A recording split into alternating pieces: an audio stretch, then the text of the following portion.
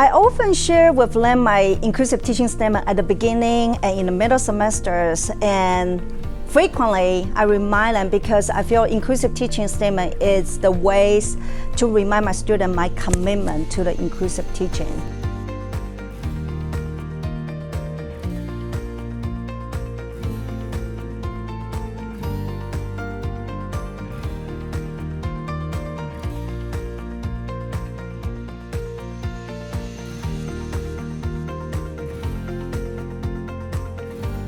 Students feel that's very constantly warmth, feel I do respect and care for their soul and their learning. I do hold virtual coffee hours or office hours, and so that's another way to kind of keep engagement, right? Because I know that psychology certainly, I think, is a topic where you could self-pace, and it's also a really great topic to have dialogic engagement and conversation. I've continued to maintain the option to meet with me outside of my office hours. It's usually 1 or 2 students that could really benefit from that end up meeting with me maybe once a week, maybe even sometimes once or twice a month from one student that's really struggling. And if I can make a difference in their lives and really help them grow and get through the class, then that makes it worthwhile to have that offered up.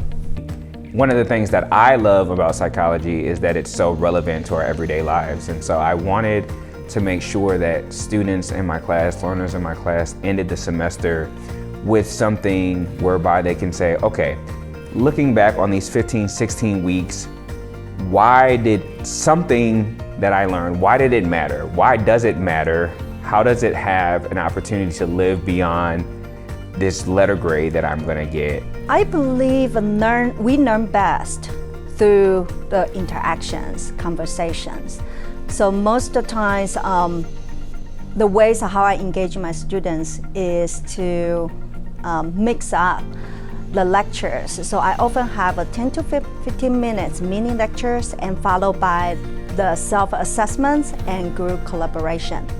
I know that, for me, it is not helpful to just sit and have someone drone on. So I try to get folks out of their seat if they're able to do that. We try to engage in kind of doing in the moment, replicating experiments in class, just kind of really bringing kind of high energy and bringing my own love and passion for psychology and hoping that that kind of permeates throughout the group. But I also find that there are some students that I've been able to, as a result of being able to reach out to them and ask them how they're doing, that there's some relationships that I built with students that I think are gonna probably last or that have definitely been fruitful and maybe opened the doors that wouldn't have existed previously, where they're able to ask me questions about the profession, about what they wanna do with their lives. And in those situations, I try to be as honest as I can, and I feel like some students have really benefited from that.